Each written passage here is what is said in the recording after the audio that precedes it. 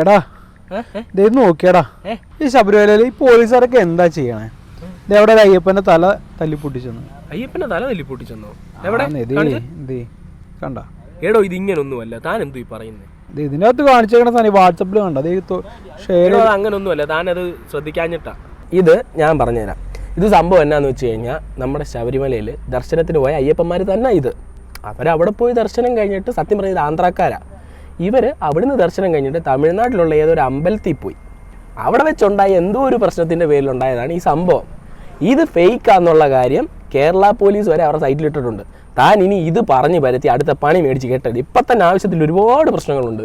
അതിൻ്റെ കൂട്ടത്തിൽ പുതിയ പ്രശ്നം വരുത്തി. തനിക്ക് എന്തെങ്കിലും ഡൗട്ട് ഉണ്ടെങ്കിൽ മനോരമ ഓൺലൈൻ്റെ ഫാക്ട് ചെക്ക് ചെയ്താൽ പോരെ. ഇതുപോലുള്ള ഒരുപാട് ന്യൂസുകൾ അതിനകത്ത് വരുന്നുണ്ടല്ലോ.